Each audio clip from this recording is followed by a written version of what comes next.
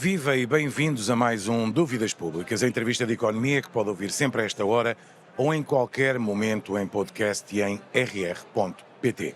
Esta conversa foi gravada em plena Web Summit e também por isso o nosso convidado é alguém que tem a vida ligada à ciência e à tecnologia. Nasceu em Angola, viveu em Moçambique, em Portugal, nos Estados Unidos, no Japão e na China, mais concretamente em Macau. Licenciou-se em Engenharia Eletrónica e de Computadores pelo Instituto Superior Técnico e doutorou-se na mesma área pela Universidade de Califórnia, em Berkeley. Foi professor convidado do MIT, investigador do INESC, o Instituto de Engenharia e Sistemas de Computadores, bem como do CERN ou da Universidade de Tóquio. É professor distinto do Instituto Superior Técnico, presidente do INESC, professor convidado da Universidade de Ciência e Tecnologia de Macau e administrador não executivo da Caixa Geral de Depósitos. Tem vários livros publicados, traduzidos em diversas línguas, centenas de artigos científicos em revistas e conferências internacionais da especialidade, nas áreas dos algoritmos, da inteligência artificial, da aprendizagem automática, bioinformática e arquitetura de computadores. Foi administrador de diversas empresas e instituições, assim como presidente do Instituto Superior Técnico e da Associação Portuguesa para a Inteligência Artificial. Nos seus poucos tempos livres, gosta de esquiar, fazer caminhadas, jogar xadrez e ténis e também de especular sobre o futuro da humanidade. Também haveremos de passar por aí adiante nesta entrevista. Arlindo Oliveira é o convidado de hoje do Dúvidas Públicas, uma entrevista conduzida por Sandra Afonso. E Arsénio Reis. Agradeço desde já a presença do professor Arlindo Oliveira hoje connosco. A inteligência artificial está a dominar a edição deste ano da Web Summit. Destaca-se desde já um anúncio logo no primeiro dia do primeiro-ministro de que promete apresentar até março o ChatGPT em português, um LLM, Large Language Model, na língua de Camões. Começo por lhe perguntar qual é a vantagem e a utilidade de ter esta ferramenta em português. Portanto, os modelos de linguagem que existem, há muitos, há centenas deles, mas estes de grande dimensão mais conhecidos são tipicamente treinados em textos muitos em inglês e que estão disponíveis em todo o mundo. Em português também, mas especialmente em português do Brasil, porque há muito mais textos em português do Brasil do que em português continental. E, portanto, isto faz com que estes modelos, vocês provavelmente terão tido a experiência, tenham tendência a falar em brasileiro e também uma maior sintonia com questões da cultura brasileira e da cultura norte-americana e de outras culturas anglo-saxónicas. Portanto, vários países têm pensado e definido a estratégia de terem modelos próprios, modelos que são treinados mais focados numa dada componente dos textos e dos dados disponíveis, e essa é a ideia também que foi veiculada. Ela foi discutida numa reunião que houve entre diversos especialistas de IA e o Sr. Primeiro-Ministro, e essa ideia Estava lá? Estava lá.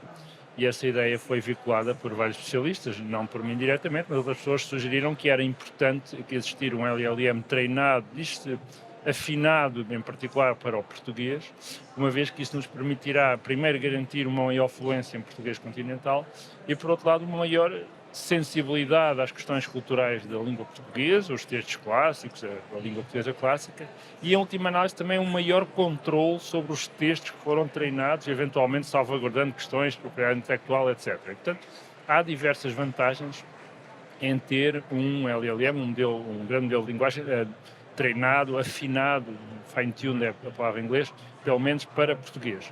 Posto isto, há também algumas dificuldades que não são completamente de esquecer. Uma delas é que não há assim um número tão grande de texto em português como em todas as línguas, como é natural. A criação destes modelos depois exige uma atualização mais ou menos permanente e, portanto, há aqui um esforço. Isto tem custos, é uma coisa que custa milhões de euros, não é? E, portanto, mas, no entanto, há conhecimento. Aliás, para dizer a verdade, já há 3 modelos em Portugal, que foram em Portugal. 2 pequenos modelos de linguagem, um deles é o Glória, o outro, salvo erro, é o Albertina, e um modelo da Unbabel para translação, o Tower LLM. Portanto, nós temos know-how, conseguimos fazer isto. Há algumas dificuldades práticas, mas tendo sido definido como uma prioridade, parece uma prioridade estratégica interessante e razoável. E pode-nos dar alguns exemplos práticos da utilização deste ChatGPT em português? Vamos ver, qualquer modelo de linguagem pode ter muitas aplicações, por exemplo, no apoio ao cliente, a ser tutor de alunos que queiram tirar dúvidas, etc. Eles já podem fazer isso hoje com o ChatGPT, mas exige alguma adaptação, porque o ChatGPT fala principalmente em brasileiro e há questões dos programas, dos programas das escolas portuguesas, de legislação portuguesa, de outras coisas que são regidas em Portugal, onde eles poderão não dar as respostas corretas ou poderão não dar as respostas mais afinadas para a realidade portuguesa. Ou seja, são ganhos de fiabilidade, de alguma forma? São ganhos de fiabilidade, ganhos de precisão, eventualmente a redução de alucinações, ou pelo menos reduzir referências a realidades externas, etc. E, portanto, há muitas aplicações, mas em particular serviço ao cliente, novos produtos de empresas, apoio para os estudantes, aplicações na área da medicina, na área jurídica, etc. Muitas dessas aplicações poderão vir a beneficiar. Estamos a assumir naturalmente que este LLM terá um desempenho comparável ao dos melhores LLMs existentes e isso é uma coisa difícil. Coisas como o GPT-4 ou o Gemini ou o Claude são modelos muito, muito grandes, treinados em muitos dados e não vai ser nada fácil termos modelos comparáveis em termos de desempenho com esses grandes modelos americanos, em particular, mas também há um Mistral em francês. Queria só perguntar-lhe, e parece-lhe possível até março termos esse novo instrumento, por um lado, e falou há pouco de custos, temos uma noção do que é que pode custar? O treino de um grande modelo de linguagem, dos maiores, custa provavelmente entre 100 e 200 milhões de dólares. Não é disso que estamos a falar aqui? Não estamos a falar, provavelmente não estamos a falar de um modelo dessa dimensão, estamos a falar de uma coisa mais pequena, mesmo assim a organização dos dados, depois o treino propriamente dito dos modelos, a aquisição ou a utilização das máquinas, da energia necessária, estamos provavelmente a falar de uma coisa na ordem dos muitos milhões de euros, eventualmente entre os 10 e os 20 milhões de euros, parece-me ser um valor não disparatado, mas estou a adivinhar, depende de muitos detalhes, não é? Sabemos que os grandes modelos custam mais ou menos 10 vezes isso. E março parece-lhe uma data fiável? Quanto à data, nós temos know-how, há pessoas em Portugal, há grupos de investigação, há empresas em Portugal, não vou citar, mas há várias empresas, vários grupos de investigação em Portugal que têm esse know-how. Não é muito tempo, mas não me parece irrazoável, quer dizer, admitindo que é possível ter os dados acedidos, algum trabalho já existe em termos de onde é que estão os dados, do tratamento dos dados, portanto, a partir do momento em que se começa a treinar, desde que os recursos computacionais estejam disponíveis, um par de meses parece-me razoável para treinar um modelo desses. Diria que nos últimos tempos temos assistido mais a novidades a nível de aplicações na inteligência artificial do que a evolução da tecnologia em si. Estamos a assistir a algum abrandamento ou isto é só uma ideia que podemos ter, mas que não corresponde à realidade? Não, eu não vejo grande abrandamento, por acaso não me importava de ver, porque queria dizer que eu conseguia acompanhar melhor e ler os artigos relevantes, mas não vejo nenhum abrandamento. É verdade que há uma explosão grande e uma ampliação grande das gamas de aplicação, mas também estamos a ver praticamente todos os meses, todas as semanas, novos artigos, novas aplicações da tecnologia. Agora, de qualquer maneira, digamos, houve aqui um salto grande quando se criaram os modelos de linguagem, mais ou menos a partir de 2019, 2020, e neste momento poderemos dizer que de alguma maneira há uma série de componentes que são incrementais, não houve, digamos, um salto em frente como aconteceu em 2017 com a introdução da arquitetura do transformador e os modelos de linguagem, mas há tantas ramificações que eu acho que não está a desacelerar. E existem diversas tentativas para desenvolver novas tecnologias que em qualquer altura poderemos assistir a outro salto. Por exemplo, falou-se que agora a OpenAI lançou o O1, que é conhecido como Strawberry, que era um modelo capaz de raciocínio, que é uma coisa que os modelos de linguagem não são muito bons. Veio-se a revelar, a meu ver, um bocadinho uma desilusão, no sentido de talvez seja um bocadinho capaz de raciocínio, mas não tanto como teríamos esperado. Mas eu acho que mais tarde ou mais cedo vamos ter novamente saltos importantes. Portanto, eu não diria que há uma desaceleração, antes pelo contrário, penso que se mantém um ritmo bastante grande de evolução da tecnologia. E há falou de um agora mesmo, mas há outros, digamos, saltos neste campo da inteligência artificial que queira destacar ou caminhos que veja que poderão ser importantes numa linguagem que toda a gente entenda? Eu vou-lhe pedir isso várias vezes ao longo da entrevista. Sim, eu dou muitas vezes conferências sobre este tema. Eu costumo destacar 4 grandes inovações, mais ou menos independentes. Uma delas foi os modelos de linguagem, que, digamos, deram um salto grande, já existiam, mas deram um salto grande em frente em 2017 com a arquitetura do transformador proposta por investigadores da Google, e depois com a disponibilização de vários modelos, o GPT-3, o GPT-4, o Gemini da Google, o Claude da Anthropic, etc., o Mistral.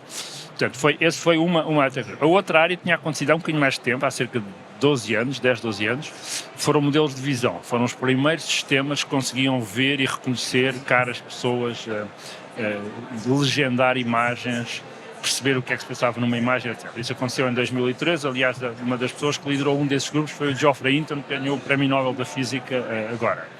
Não foi o único, mas era o líder de um dos grupos que fez uma das contribuições essenciais para essa componente. A outra área é mais recente, tem 3 anos, talvez, 3, 4 anos, são os modelos de difusão que permitem gerar imagens e agora também vídeos e outros suportes a partir de descrições. Portanto, muitos de vocês conhecem estes modelos que permitem gerar estas coisas. Isto é uma tecnologia nova, é uma aplicação inovadora das tecnologias de IA, em particular das tecnologias de visão, e de facto permitem esta geração de conteúdos gráficos, imagens em particular, e é também uma coisa inovadora, tem cerca de 3, 4 anos. E a quarta dimensão, talvez um bocadinho menos visível agora, mas quando apareceu teve alguma visibilidade, são os mecanismos que se chamam de aprendizagem por reforço, que permitem, por exemplo, aprender, são para decisões sequenciais, aprendem a jogar jogos muito bem. Em 2016 e 2017 apareceu o AlphaGo e o AlphaZero da DeepMind, uma empresa que agora é da Google, mas já era da Google na altura, e que de facto conseguiu grandes avanços nesta estratégia. Portanto, estas 4 áreas, os modelos de linguagem, a visão por computador, as chamadas redes neuronais convolucionais, os mecanismos de difusão para geração de conteúdos e a aprendizagem por reforço para jogos e outras aplicações, foram 4 desenvolvimentos muito, muito significativos da inteligência artificial recente. A isto junta-se todas as ferramentas de analítica que já eram e continuam a ser usadas para analisar conteúdos em bases de dados e depois definir a propensão de clientes a determinados produtos, ou definir riscos de crédito, ou analisar riscos de churning, das pessoas irem para outra empresa. Portanto, esta é uma tecnologia ou, mais caso, antiga. Por exemplo, a audiência, não é? Audiência. Esta é uma tecnologia mais antiga e que tem 20, 30 anos, mas que se tem continuado a desenvolver e que é muito usada, por exemplo, nas redes sociais. Portanto, as redes sociais usam esta tecnologia de analítica para escolher os conteúdos que nos apresentam e dessa maneira maximizar a nossa permanência nas redes sociais.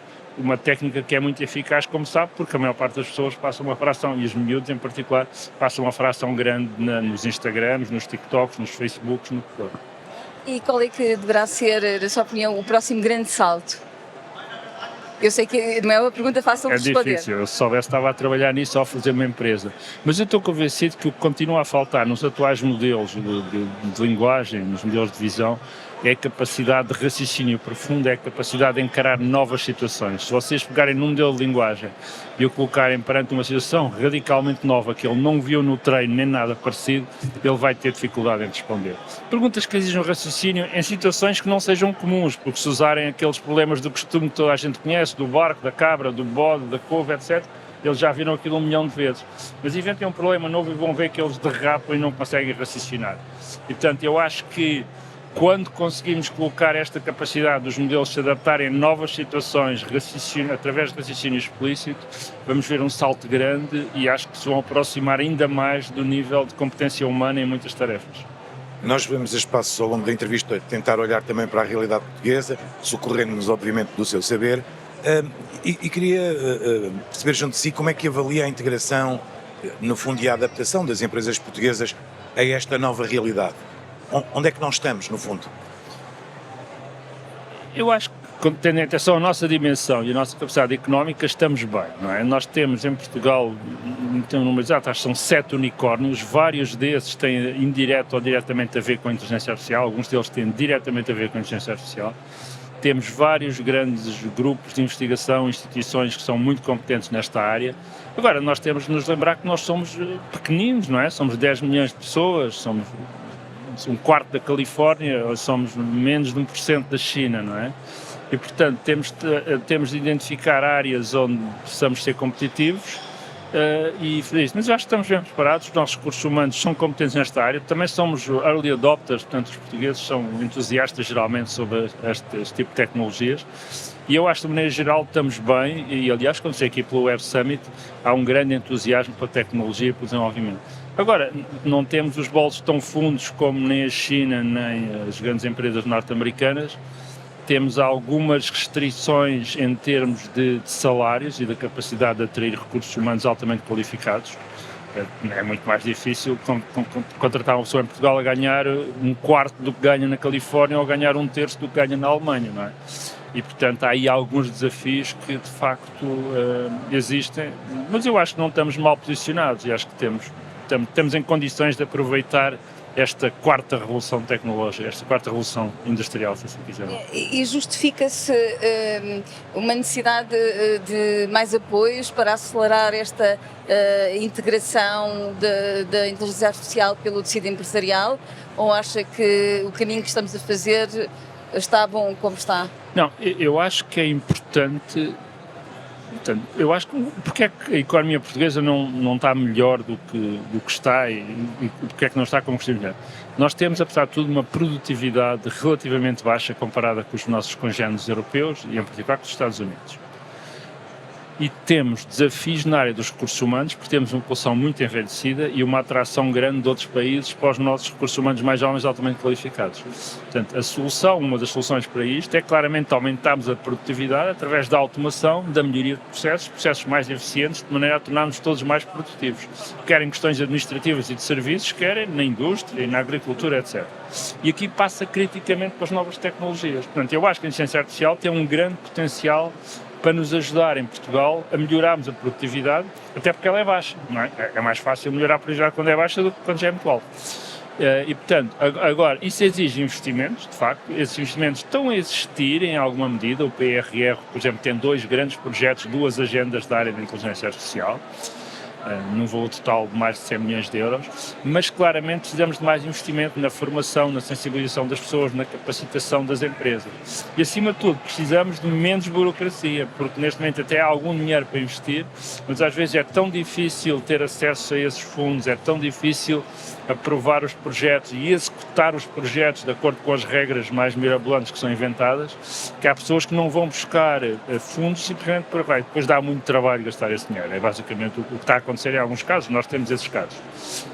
Há uma coisa que se chama os Digital Hubs, que neste momento são quase impossíveis de executar porque as regras são impossíveis de cumprir. E, portanto, eu acho que é preciso investimento, mas isso acho que há noção. Aliás, dessa reunião o Sr. Primeiro-Ministro tem de ter noção, estava também o Sr. Ministro da Coesão, que também tem muita disponibilidade para atacar esta questão. Agora, temos de conseguir usar efetivamente esses fundos e isso é mais difícil de fazer do que parece. Não é só uma falta de dinheiro, é uma capacidade de o executar da maneira adequada e de conseguir resultados. Falou de burocracia, eu sei que não é exatamente a mesma coisa, mas uma das críticas que é feita, nomeadamente à União Europeia, não a Portugal isoladamente, passa por um excesso de regulação nesta área da inteligência artificial, o que pode, diria eu, no limite, também é burocracia. agravar a burocracia. Também é burocracia. Precisamente. Não é só burocracia. Há ali uma regulação, ela prende-se muito com a defesa de direitos individuais, de privacidade, de direito ao esquecimento, de direito a saber como são usados os seus dados, etc., que são objetivos meritórios e importantes, especialmente numa sociedade como a europeia, onde os direitos individuais, a privacidade são valorizados. Agora, tendo dito isto, é inegável que tudo isso são novos requisitos em novos produtos e no que as empresas quiserem fazer. Portanto, temos de arranjar um equilíbrio entre uma defesa adequada dos nossos direitos e não tornarmos tão difícil de trabalhar na Europa que nenhuma empresa queira, em última análise, desista de ser formada na Europa ou de vender os seus serviços na Europa, no pior caso. Portanto, eu acho que estamos aqui num equilíbrio difícil. A China tem relativamente pouca regulação e a que tem é muito centralizada, a preocupação é que não são as mesmas. Os Estados Unidos também têm muito menos regulação que nós, em particular ao nível federal quase não há regulação sobre estas tecnologias. Há alguma regulação ao nível estadual, em particular na Califórnia e noutros estados, mas neste momento é inegavelmente mais fácil desenvolver e colocar em produção um produto nos Estados Unidos ou na China do que em Portugal, na Europa. E, portanto, é esse equilíbrio. Aliás, basta ver que das 20 maiores empresas das áreas tecnológicas, só uma é que é europeia, não é? Isso também nos diz qualquer coisa sobre a facilidade. Agora, há outros obstáculos, não é só a legislação. Não é só a legislação. Se é só a regulação que explica o atraso europeu, face nomeadamente aos Estados Unidos e a China. Cá estive há uns dias num painel com uma discussão interessante. Há, por exemplo, o mercado de capital de risco não é tão vasto nem tão profundo na Europa como é aqui.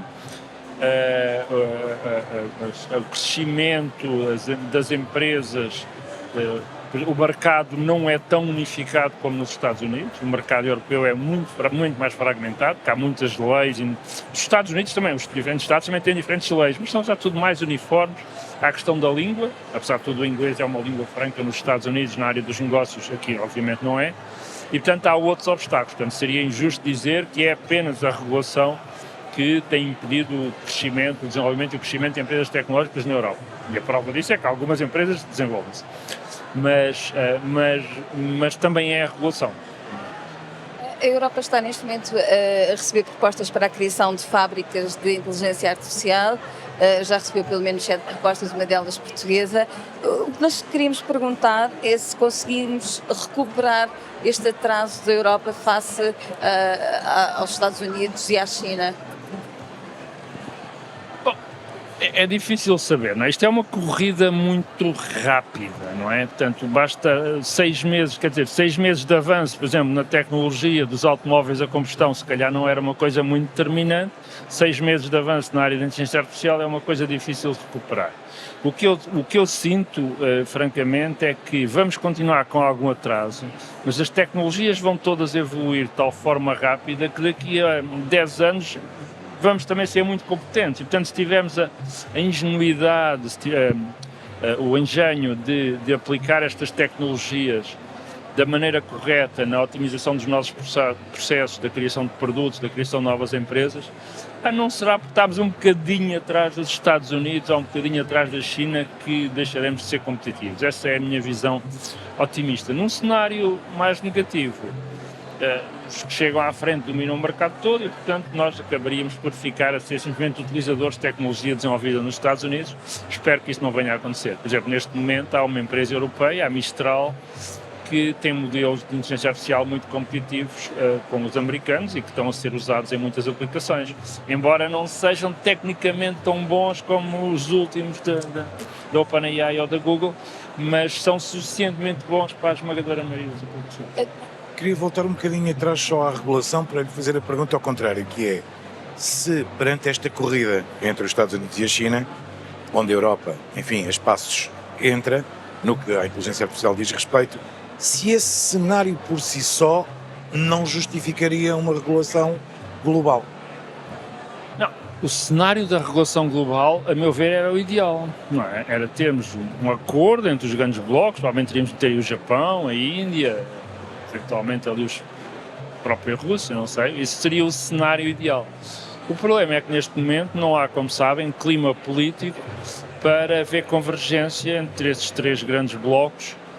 Se entre os Estados Unidos e a Europa já é difícil e de alguma maneira estamos do mesmo lado de uma barreira, com a China, no atual quadro político, é completamente impossível.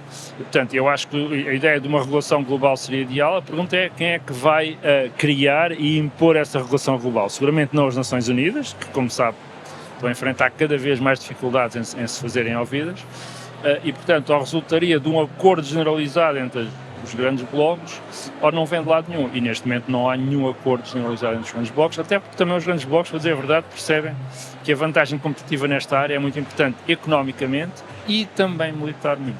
Sem essa regulação global, corremos o risco de ter a inteligência artificial dominada por uma nação ou por um grupo de empresas? E que consequências é que isso pode ter? Já temos um bocadinho, não é? Quer dizer, quantos modelos europeus é que vocês já usaram? É? Só se usaram foi... E chineses também não usaram. Portanto, eu acho que já temos isso um bocadinho.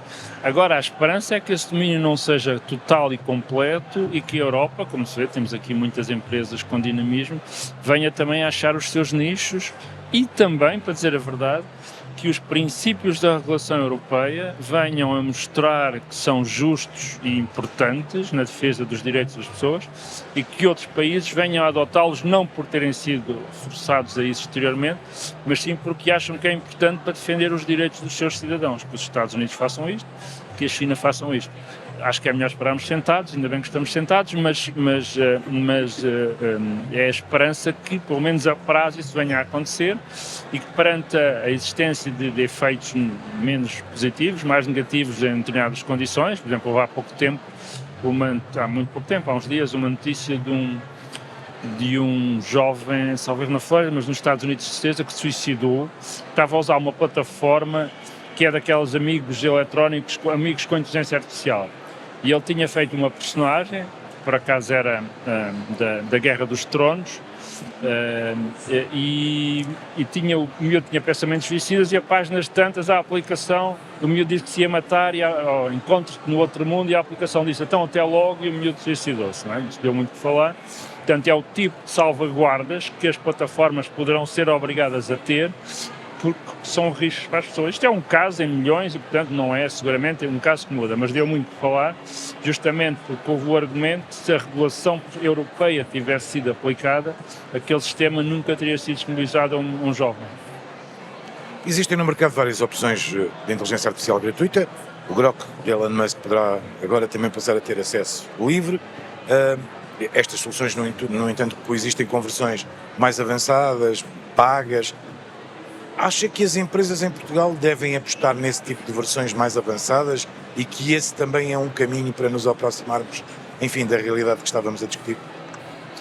Bom, livros nunca são, não é? Podem ser livros durante algum tempo, Tem sempre custos, como não é? dizia o outro, não é? Portanto, se você não está a pagar pelo produto, é porque você é o produto, não é? É o que acontece quando usamos uma rede social. Não pagamos pela rede social, mas a informação que damos à rede social é usada para revender os nossos interesses. Não é? Eu acho que essa afirmação é interessante. É claro que há empresas, durante um certo período de tempo, disponibilizam coisas de graça para ganharem mercado, gratuitamente para ganharem mercado, e depois. Mas quer dizer, nenhuma empresa vai estar a perder dinheiro durante anos, milhões durante anos a fio, não é? E, portanto, temos de ter essa noção.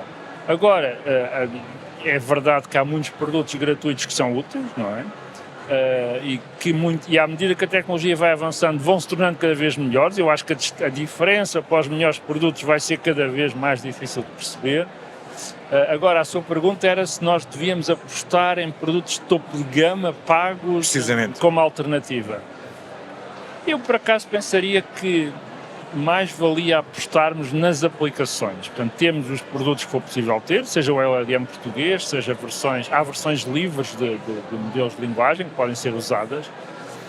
Muitos deles são bastante bons e acho que, de facto, a maior valor económico, a maior revolução seria de integrarmos aquilo em processos produtivos, em sistemas de informação, no apoio ao cliente, na aceleração dos processos, dos trâmites, dos processos burocráticos, etc. Acho que aí é que está o real valor da inteligência artificial.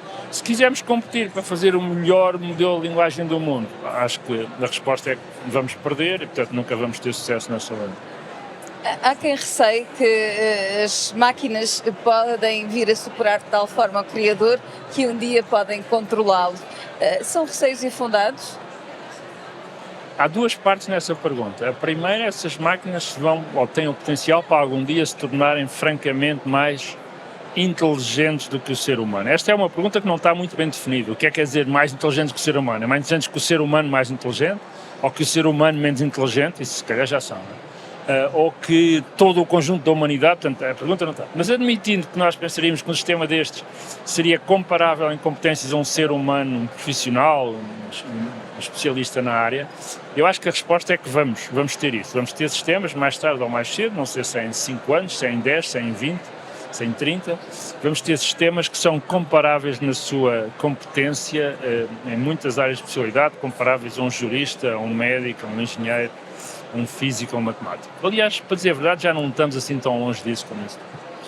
Se calhar não são necessários os 30 anos. Talvez não sejam necessários os 30 anos. Agora, a pergunta tinha uma segunda parte, que é, e vão ser perigosas para nós, portanto, aí estamos a assumir, há um salto grande aí, que é, não só os sistemas são inteligentes, como têm motivações próprias, eventualmente fortemente desalinhadas das nossas. Eu, nesta segunda parte, é que eu acho que nós temos mais latitude. Nós, quando projetamos estes sistemas, podemos, querer ou não, criar neles essas capacidades. Podemos ver estes sistemas apenas como ferramentas, sem vontade própria, sem motivação, ou, pelo contrário, podemos querer criar desmotivação para terem mais iniciativa, não é? E se criarmos motivação, podemos forçar, de alguma maneira, que estejam alinhados com os interesses da unidade, do criador, ou podemos dar-lhe independência. Portanto, são tudo opções, não é? E eu acho que é dessas opções que vai depender um bocadinho o resultado final. Acho que depende de nós. Isto é uma área muito discutida na inteligência artificial, chama-se área do alinhamento, o alinhamento entre os objetivos dos sistemas de IA e da humanidade, em última análise, e é uma área complexa, não é? Porque nós também gostaríamos que os humanos estivessem todos alinhados uns com os outros, mas não estão, e portanto não é óbvio que seja possível e execuível fazer isso. Mas é uma questão interessante, acho que é uma questão interessante e não acho que seja uma questão disparatada, como algumas pessoas dirão, disparate, aquilo é só uma estatística. É só uma estatística, mas o cérebro humano também é só uma estatística, portanto não é muito diferente aí. Portanto, eu acho que a pergunta faz sentido e acho que temos de pensar com algum cuidado como é que queremos projetar o futuro destes temas, que competências é que queremos imbuí-los e que liberdade e autonomia é que queremos que eles venham a ter. Tudo perguntas difíceis. E em última análise, de quem é a decisão sobre esse alinhamento? A decisão será das sociedades, da legislação existente e das empresas que vierem a desenvolver. Isto é um bocadinho, é a mesma coisa que dizer que não é de ninguém, não é? Porque está tão difuso. Portanto, esse é um dos riscos, é que empresas ou Estados ou até organizações terroristas possam criar sistemas suficientemente perigosos e desalinhados. Portanto, há aqui claramente riscos. Mas também podemos usar os sistemas de inteligência artificial do nosso lado também. Também há os bons, não é? Defender-nos disto. Da mesma maneira que agora temos problemas de segurança informática, podemos usar IA do lado positivo, também temos aí. Portanto, eu acho que é os riscos de uma nova tecnologia. Não é? O franciscano Paolo Benanti, que dá apoio ao Papa, nomeadamente nestas questões de inteligência artificial, disse estar mais preocupado com a estupidez humana do que com a inteligência artificial. O problema só está só na forma como, no fundo, a tecnologia vai ser usada? Pois, essa é a visão mais redutora e mais simplista, que é realmente argumentar a IA é simplesmente uma ferramenta e, portanto, será tão perigosa apenas quando perigosos forem as pessoas que estão a usar a ferramenta. Acho que é um bocadinho o que está implícito nessa afirmação, embora estupidez humana é um conceito também muito abrangente, não é? Eu acho essa visão um bocadinho redutora. Eu acho que estamos a ignorar a possibilidade, por exemplo, neste momento há uma grande investigação feita, ou que está a ser feita, em sistema em LLMs, em modelos de linguagem, serem usados como parte de agentes.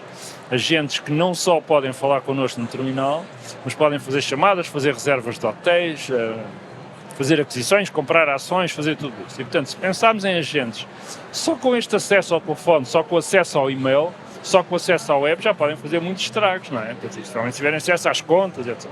Portanto, eu acho que é um bocadinho redutor pensar na IA puramente como uma ferramenta, uma vez que, a partir do momento em que estes sistemas começarem a ter algum tipo de agência, podem se tornar perigosos, ou pelo menos arriscados, por si só, se tiverem sido mal concebidos, não é? Imagino que diz a um destes agentes, olha, marca-me uma viagem à China para ficar em bons hotéis. E ele marca-lhe tudo nos melhores hotéis e gasta-lhe 300 mil euros numa viagem. Se calhar não era bem o que a gente tinha querido.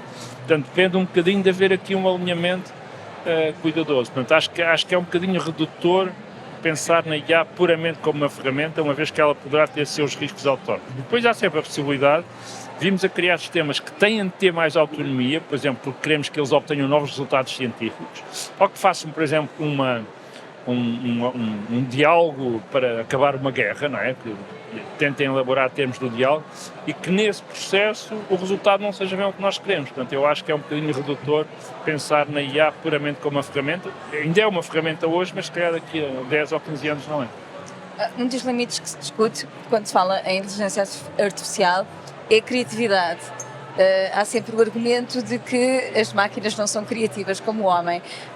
E a minha pergunta é se podemos garantir que será sempre assim.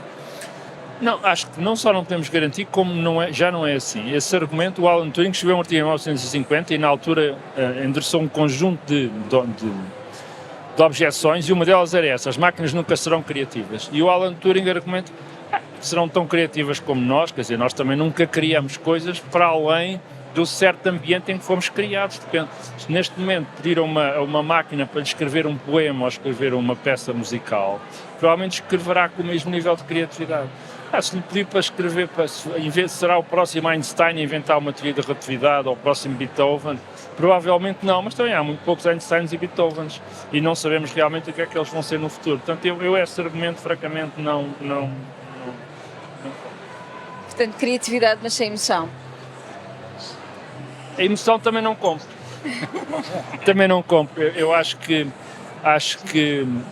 é perfeito. Esse foi outro dos argumentos que o Alan Turing despachou em 1950. Se a máquina se comportar como tiver emoção, se exibir emoções, se tiver empatia, se a pessoa... Quer dizer, este miúdo que se matou na Flórida tinha-se apaixonado pelo agente que ele mesmo tinha criado, não é? E, portanto, é verdade que as máquinas e os modelos neste momento não têm a estrutura interna para terem genuinamente nem emoções, nem consciência, nem motivações, nem autonomia. Mas isso são as máquinas de hoje. Daqui a 10 anos vai ser diferente, daqui a 20 anos vai ser diferente. E, portanto, admite que possam lá chegar. Eu admito que sim. Admito que sim e, acima de tudo, admito que nós realmente não teremos maneira de saber se tem ou não. Da mesma maneira que nós não temos maneira de saber se uma outra pessoa tem emoções ou não. Nós admitimos que tem porque a pessoa comporta-se como se tivesse emoções, chora ou fica vermelha ou o que for, mas nós realmente não temos maneira de saber o que se passa dentro da cabeça de outra pessoa. Se uma máquina se comportar de uma maneira semelhante, e há experiências feitas com robôs, etc., de facto, tanto passa a ideia de emoção. Nós sabemos que não são emoções genuínas no sentido em que são programadas, mas à medida que os sistemas se tornarem mais complexos, isto vai se tornar menos óbvio, e eu acho que, capaz de tantos, não teremos simplesmente maneira de dizer se as máquinas têm motivações ou não, se têm emoções ou não, se têm consciência ou não. Então deixe-me fazer-lhe a pergunta ao contrário. E ainda assim vale o risco? Pois, essa é uma boa pergunta. Não sei, quer dizer, a resposta é assim, okay, vamos fazer isto. Esta história de inteligência artificial começou mais ou menos há 75 anos, não é? Já há 75 anos que estas questões se colocavam, só que estava-se muito longe de chegar. Se calhar continuamos muito longe, se calhar não vai haver coisas destas durante todos os 75 anos e estamos aqui muito otimistas. Mas a pergunta é, ok, vale o risco, mas talvez a pergunta se vale o risco não é mais necessária. Vale a pena parar isto agora? Porque é muito arriscado, não é? Portanto, a única resposta interessante é vale o risco, quer dizer, não, vamos parar isto agora e evitar que isto continue mais. Precisamente, ou seja, vamos tomar medidas para controlar esse... E eu acho que isso não é possível fazer.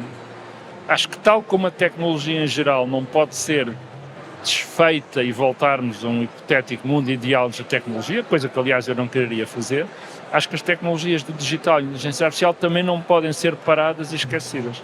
Há filmes de ficção científica onde esse é exatamente o princípio. O Galáctica, eles deixaram de ter sistemas de IA porque eles tinham-se revoltado contra o criador e há muitas séries dessas.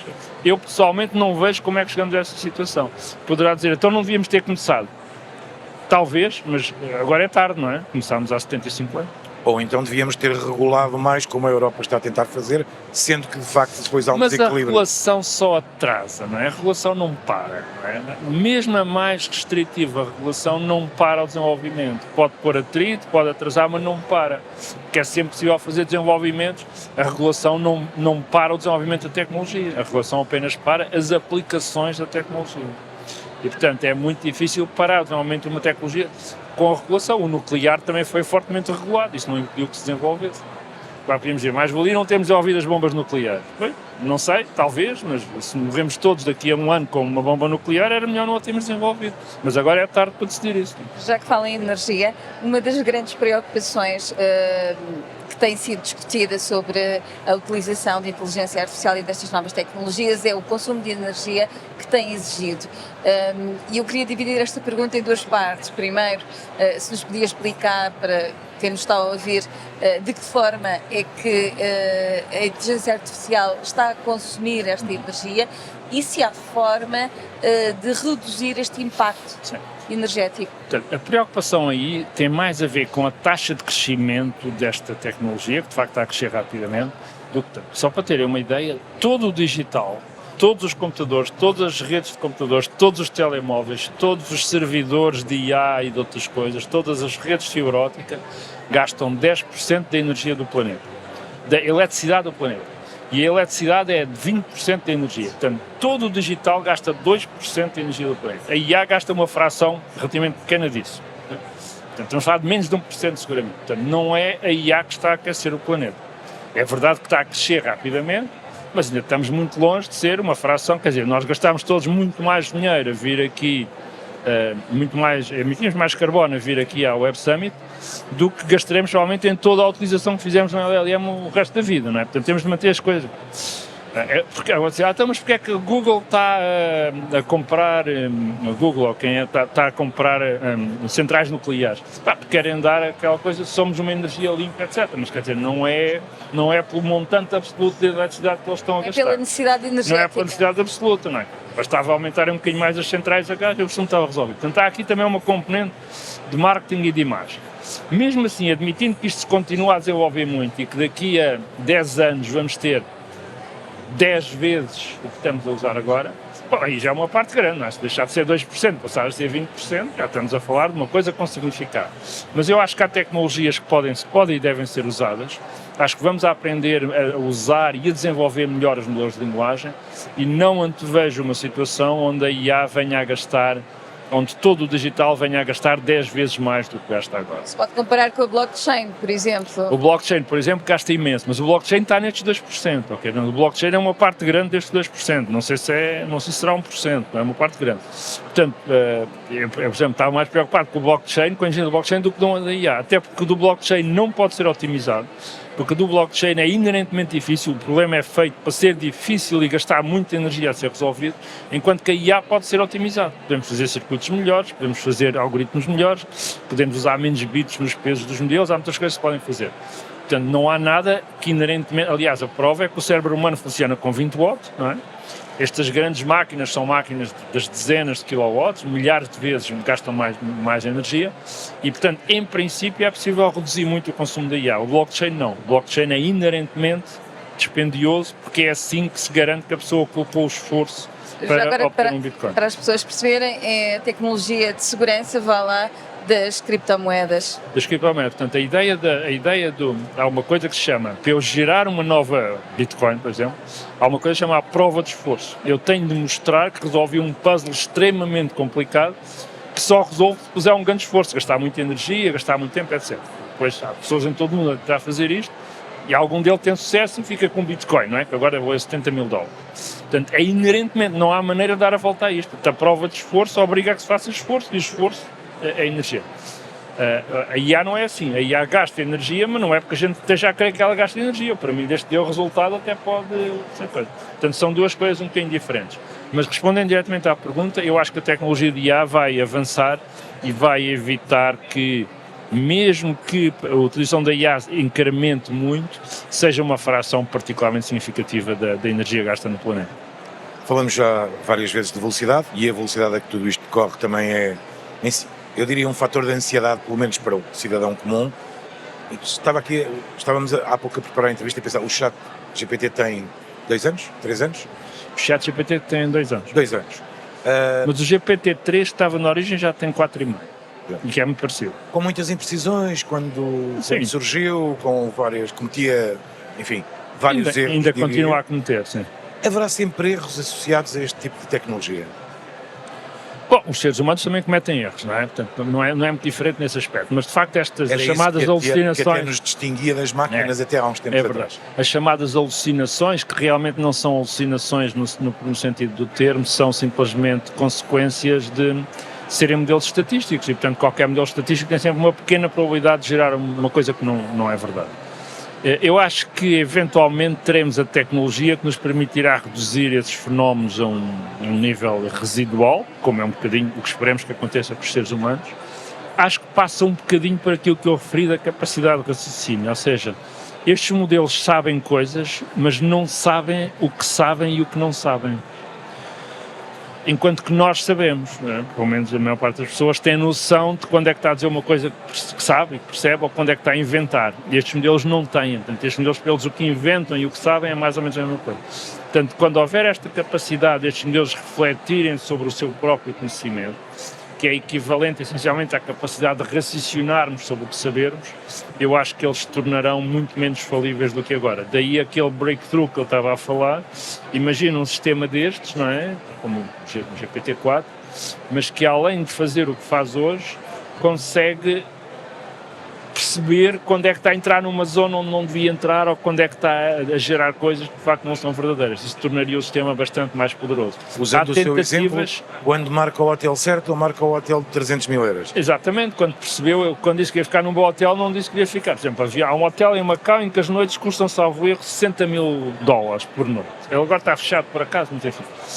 Não é nesse hotel que eu tinha pensado, não é? Portanto, convém que uma secretária provavelmente perceberia isso. Portanto, é este tipo de análise, um bocadinho de bom senso, mas também um bocadinho de análise do que é que está por trás das intenções do utilizador, que é importante. Portanto, há aqui uma série de fenómenos, isto chama-se Theory of Mind, portanto, a pessoa ter uma teoria do que é que vai na cabeça dos outros. E nós sabemos que estes sistemas não têm uma Theory of Mind, uma teoria da mente, embora às vezes se comportem um bocadinho como tenham. Quando eles tiverem, tornar-se-ão provavelmente mais poderosos, não só porque conseguem perceber melhor as intenções com quem estão a dialogar, mas conseguiram também perceber melhor os seus próprios raciocínios, para lhe chamar assim. Numa expressão simples, falta-lhes o senso comum.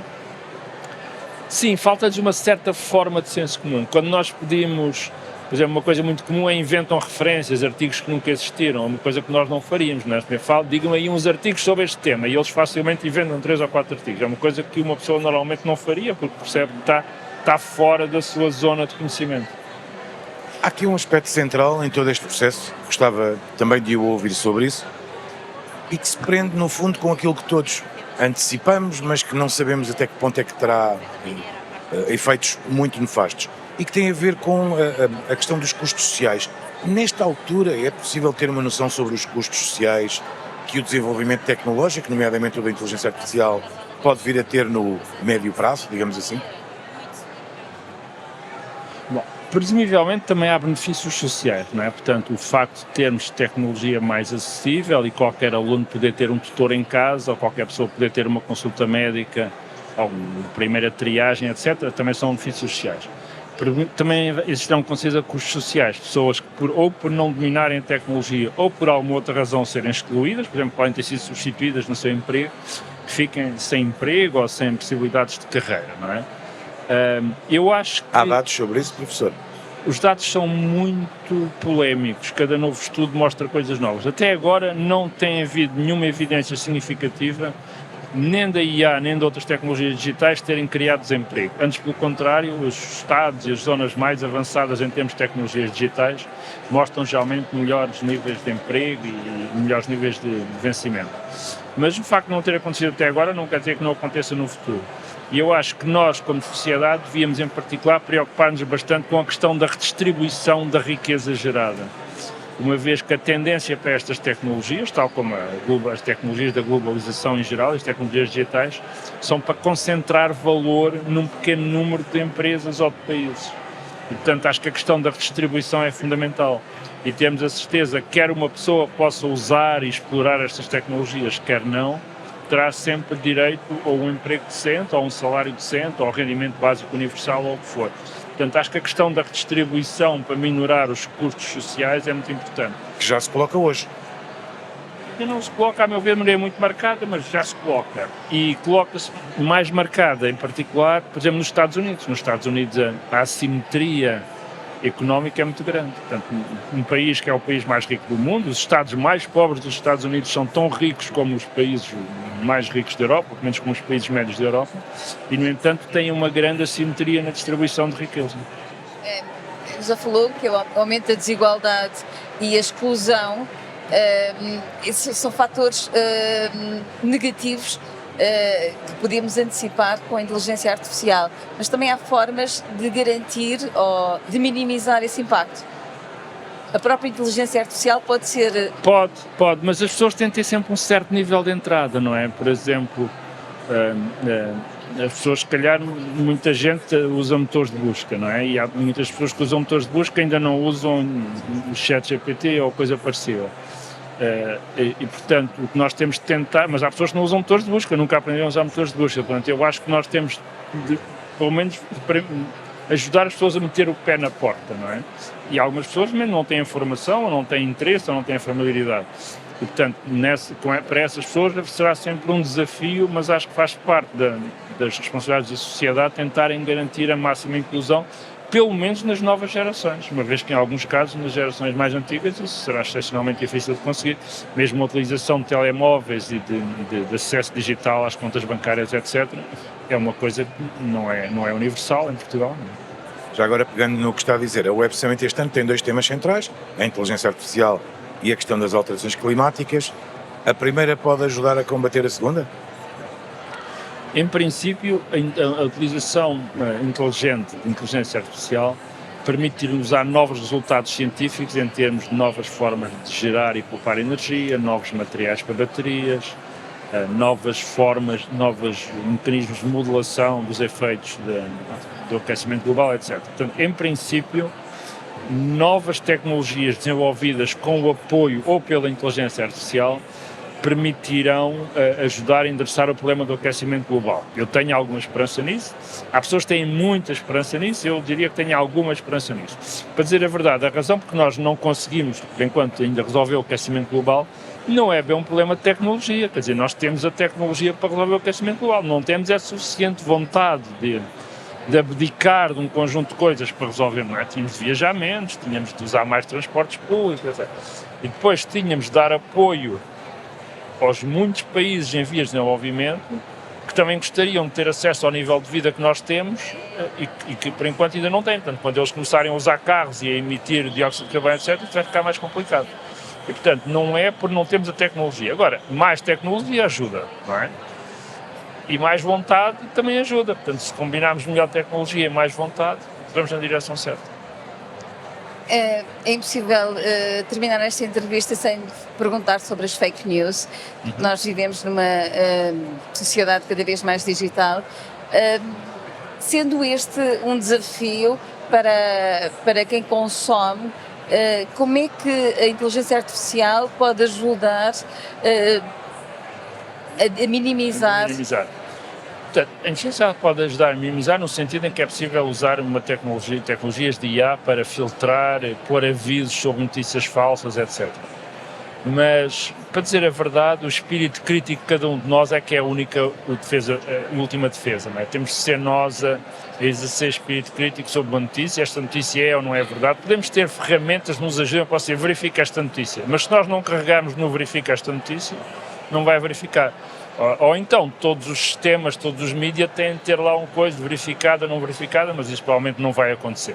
Portanto, eu acho que tem de ser o nosso espírito crítico, que eventualmente, usando ferramentas de IA, nos permita distinguir e também usar o bom senso, não é? Portanto, quando recebemos um mail de um príncipe na Nigéria que nos quer dar 1 milhão de euros ou 10 milhões de euros, provavelmente não é verdade, não é? Mesmo que venha lá verificado. Deixe-me ainda perguntar-lhe se a reeleição de Donald Trump é uma boa notícia para o setor tecnológico. Parece estar ligada à questão das fake news, a tua pergunta. Bom, parece ser uma boa notícia para a área da cripto, uma vez que o Trump já manifestou essa disponibilidade. Eu estou convencido que para a área tecnológica não fará realmente grande diferença. Não estou a ver assim nada onde os democratas ou republicanos tivessem políticas radicalmente diferentes. Isto em geral. Agora, empresas em particular poderão ser mais ou menos vantagens. Para o Twitter vai ser bom quase de certeza, não é? Para outras não sei. Mas não vejo que a eleição de Donald Trump em si coloque quer grandes vantagens, quer grandes vantagens. Apesar de tudo, a Bolsa e as tecnológicas deram um pequeno salto para cima, não tão pequeno assim, com a eleição de Donald Trump, mas eu acho que foi mais por uma expectativa de redução de impostos a isso do que propriamente por um benefício da área tecnológica. Estamos a terminar. Eu, ainda assim, e tendo em conta que estou perante um homem de ciência, quero fazer-lhe esta pergunta, admitindo que ela não seja agradável. O que é que concretamente pode ser o mundo, segundo aquilo que pensa, dentro de 10 anos? Não lhe quero dar mais. Já é um prazo longo. É um prazo longo nesta área.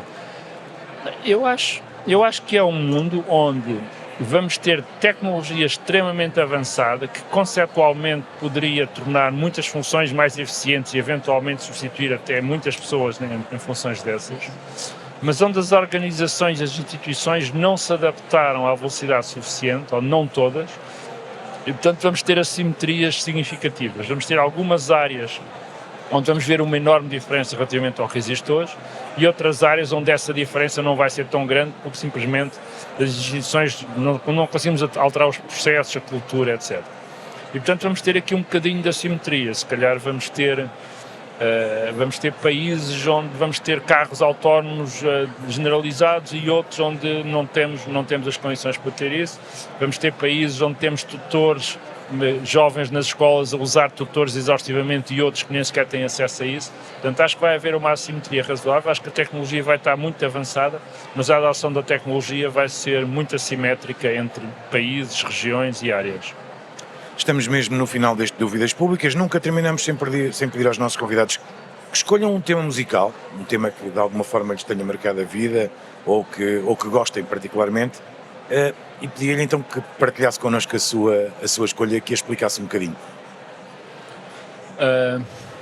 Eu gosto muito do Beethoven, gosto muito de música clássica, do Beethoven, de ópera. Talvez o Turandot, o Turandot acho que é uma ópera muito interessante, tem uma área muito conhecida, mas a ópera em si é uma ópera muito interessante. Fica feita a escolha musical do professor Arlindo Oliveira, o nosso convidado desta semana. Dúvidas Públicas contou com o cuidado técnico de Diogo Sousa, a sonoplastia de João Campelo, a recolha de imagem de Lara Castro. Voltaremos na próxima semana. Até para a semana. Muito obrigado.